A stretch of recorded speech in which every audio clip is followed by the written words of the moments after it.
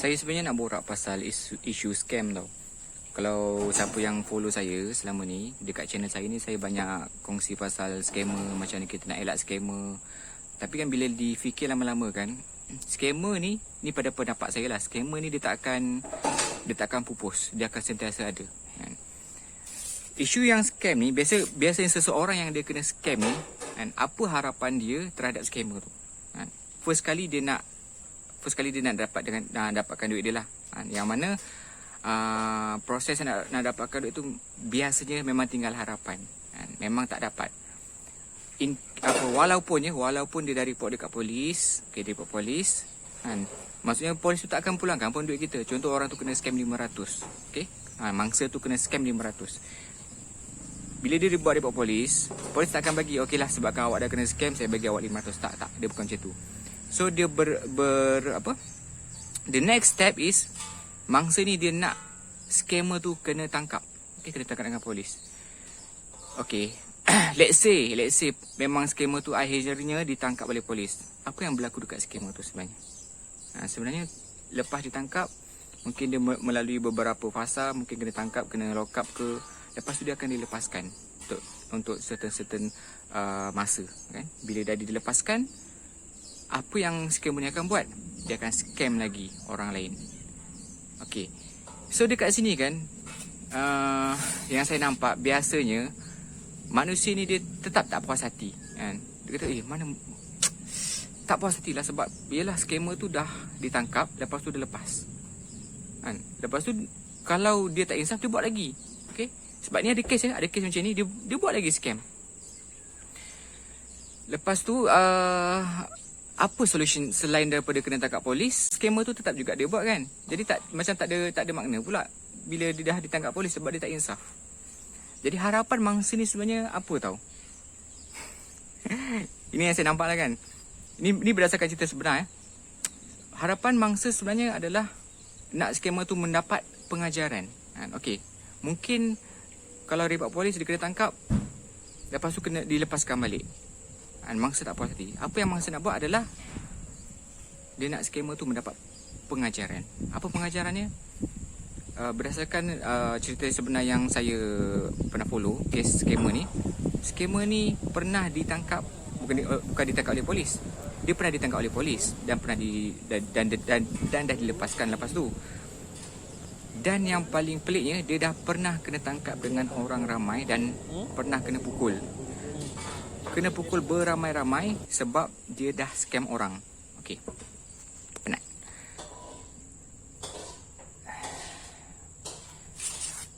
Jadi selesai tak masalah dia?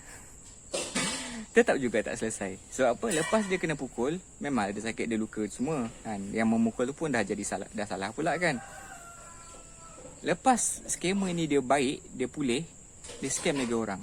Okay, saya cerita ni berdasarkan seorang scammer yang memang dah terkenal lah. Dia scam orang, bukan yang scam online ke tak. Dia scam online pun dia buat kan. Tapi dia buat depan-depan kan. Macam dia nak beli handphone, konon-konon dia dah transfer duit, dia ambil handphone tu, lepas tu dia lari kan. So yang mangsa handphone ni pun dah dibagi dekat scammer ni. Macam itulah.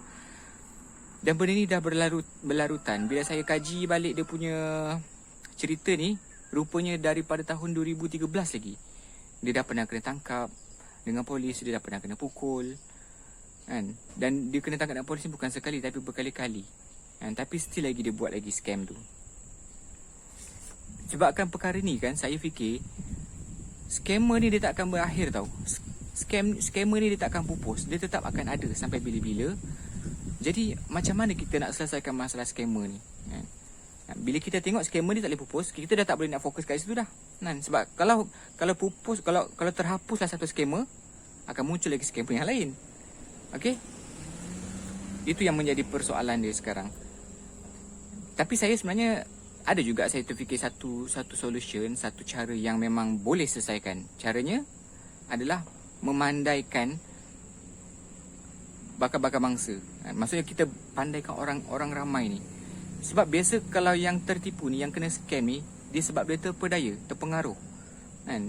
Tak dinafikan orang yang berjaga-jaga macam mana pun kan, dia kata okey, kalau nak jual barang ni tak boleh nak tak boleh nak online, tak boleh nak post, nanti kena scam. Nanti kalau aku dah post barang, dia tak bagi duit. Dan sebaliknya lah. So cara macam tu memanglah kebanyakan orang dah pandai, tapi still lagi ada orang yang macam tu, yang boleh tertipu dengan kes-kes yang suruh post dulu ataupun suruh bayar dulu, macam tu. Mesti still ada. Tapi yang lebih advance lagi, yang macam saya cakap tadi lah, dia jumpa depan-depan pun still lagi boleh scam. Orang cakap dah nasib. Sebab saya sendiri pun pernah juga kena scam. Saya dah berjaga elok-elok, saya dah jaga betul ni memang tak boleh kena scam ni. Saya dah jaga-jaga, dah aware betul ni. Tapi end up saya kena scam juga, terduduk terdiam juga. Tapi at least ada kita punya usaha. Usahanya adalah memandaikan orang. Ataupun kita kena ada kesedaran. Tak boleh nak terpedaya dengan satu benda yang too good to be true. Maksudnya memang terlalu bagus ni, murah ni dia jual barang ni. Dan apa-apa benda lah yang too good to be true. Maksudnya terlalu mudah untuk mendapatkan benda tu. Jadi jangan terpedaya dengan benda-benda macam tu. Kalau kita terpedaya dengan benda macam tu, sebab itulah kita boleh terjebak ke jadi mangsa scam. Okey? Macam saya cakap, scammer ni kita tak boleh nak buat apa. Tak boleh nak laporkan polis. Bukan tak boleh. Boleh, tapi dia tak, bagi saya lah, dia tak akan menyelesaikan masalah tu pun. Sebab end up dia akan buat lagi. Sedangkan dia dah kena tangkap, dah kena pukul, sampai lunyai, sampai tak tahulah ICU ke tak, tapi still lagi lepas tu dia baik, dia pergi buat lagi. Jadi benda tu dia akan sentiasa ada. Dia macam ada dua benda lah. Ada dua pilihan. Sama ada kita nak hapuskan scammer, ataupun kita nak pandaikan diri kita, supaya tak tertipu ataupun tak terjebak jadi mangsa scam. Okey, itu pendapat saya. Jadi korang ada pendapat sendiri tak? Kalau korang ada pendapat, cuba korang bagi tahu dekat bahagian komen. Okey?